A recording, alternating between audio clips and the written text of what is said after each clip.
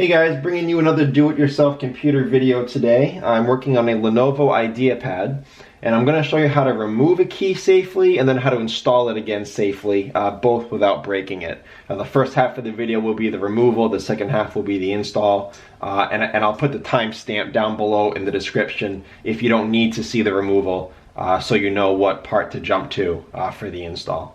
The reason why, briefly, to explain why we're doing this, is because some keyboards are French inset keyboards, which means that they're held on by plastic snaps instead of screws, so you cannot just unscrew the keyboard and put your new one in.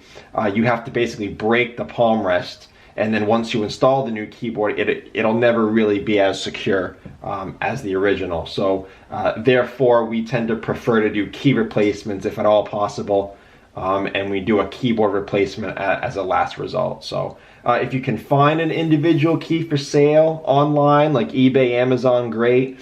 If you can't find an individual key, look for a keyboard, a used keyboard, a cheap keyboard. That way you can take those keys off.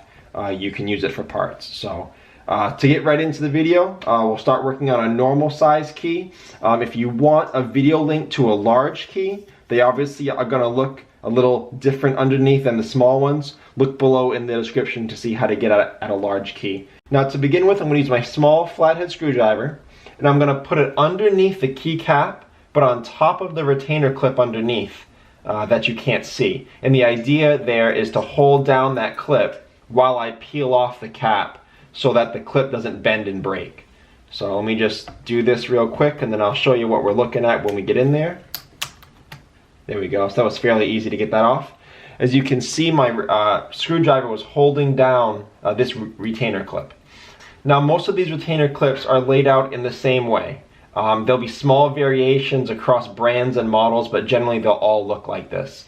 There'll be a rubber spring in the center that's held on by glue, so be very careful not to rip that up. The retainer clip itself will usually be made up of two parts, the inner clip and the outer clip, and they'll fit together by little plastic pins in the center. So if this comes undone, as long as those two pins aren't broken, it can be fit back together. And then you have usually four metal pins near all four corners. With some models, you'll have one side that has one metal bracket in the middle, but most will look like this. Now, the way to get this off is I'm going to go for the pins nearest the edges. So in this case, it's these two up top. I'm going to take my fingernail and I'm going to press up on that clip and try to pry out the edges from under those metal pins.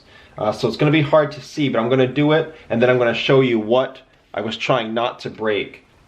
So push up.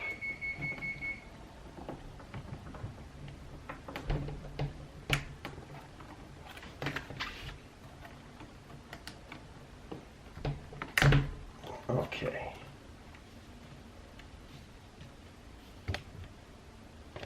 So as you can see on this pin, there's two little holes on this corner and that corner. So one on each corner.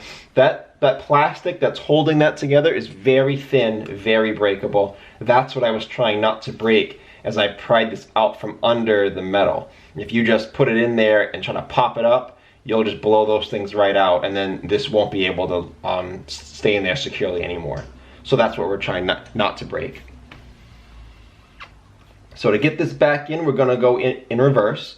Instead of putting the top in first, as we took the top out first, we're going to put the bottom in first. So we're going to lay that in there, nice and flat, and we're going to get the bottom part underneath their metal pins first.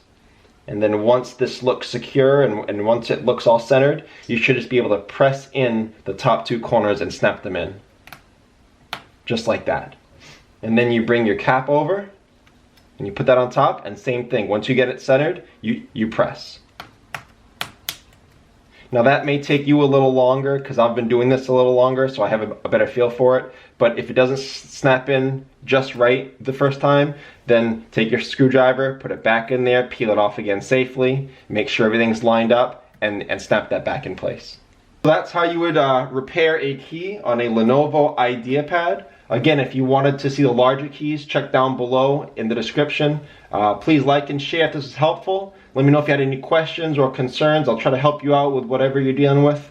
And like and share if this helped, and subscribe if you enjoy do-it-yourself computer work. Thanks for watching, guys.